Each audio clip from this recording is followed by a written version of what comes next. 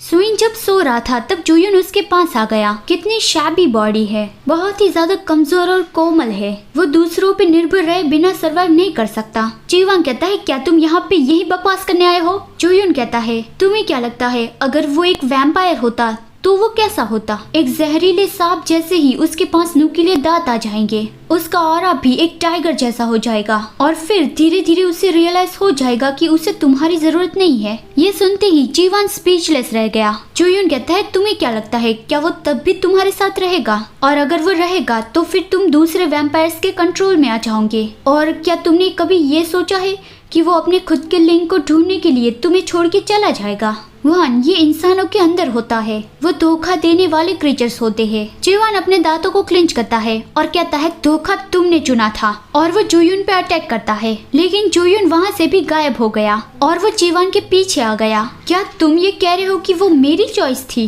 हाँ, वो मेरी चॉइस थी। पहले जीवान ने जुयुन के गले को प्रेस किया था तो अब भी वहाँ पे उसे दर्द हो रहा है। वो स्मिर्क करता है, मतलब कि वो कुछ तो खिचड़ी पकाने वाला है। मुझे एक रास्ता पता है जिससे तुम सुइन को अपना लिंक बना सकते हो। जीवान तुरंत ही कहता है क्या?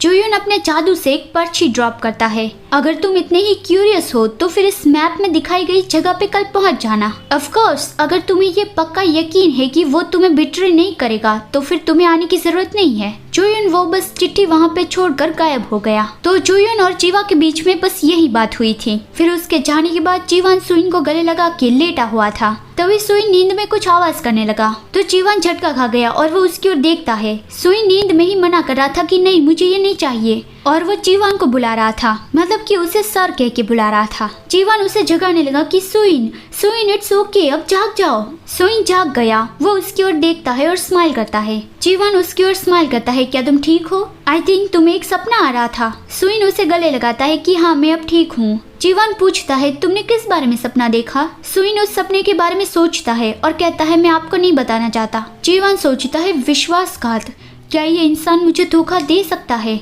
लेकिन क्या उस इंसान को ये पता था कि सुइन उसे धोखा देगा? उस इंसान को, मतलब कि संगा को।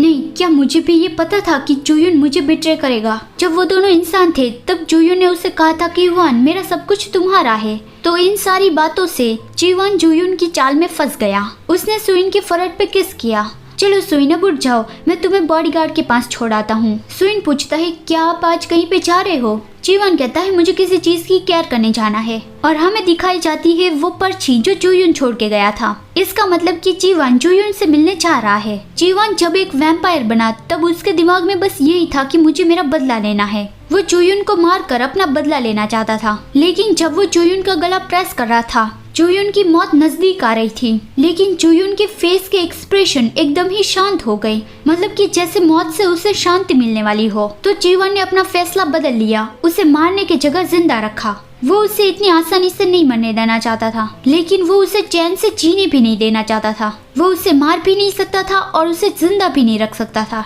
वो उसे पूरी जिंदगी सफर करवाना चाहता था। तो इसलिए उसने जुयुन को अपना लिंक बना लिया। उसने अपने हाथ पे बाइट किया और जुयुन को अपना ब्लड पिला दिया, जिससे उन दोनों के बीच में एक बॉन्ड बन गया। जब तक जीवा नहीं मरेगा तब तक जुयुन नहीं मरेगा। वैम्पायर की बॉडी तो हील हो जाती है, लेकिन जो लिंक बनता है उसकी बॉडी हील नहीं होती। वो समय के बीच में फंस जाते हैं। अगर उसका वैम्पायर उसका ब्लड पिएगा तभी उसे अच्छा फील होगा। लेकिन जीवान ने एक बार भी उसका ब्लड नहीं पिया। ये था जीवान का परफेक्ट बदला। तो अब जीवान उसी जगह पे पहुंच गया है जहाँ पे जुयुन ने उसे बुलाया था, लेकिन वहाँ अंदर कोई भी नहीं था। अचानक से किसी ने पीछे से जीवा पे अटैक किया और हमें बस किसी को चोट लगने की आवाज सुनाई दी। आपके लिए एक सवाल, आपको क्या लगता है किसे चोट लगी होगी? ऑप्शन 1 जीवान को चोट लगी होगी। ऑप्शन 2 उस अटैक करने वाले पर्सन को चोट लगी होगी।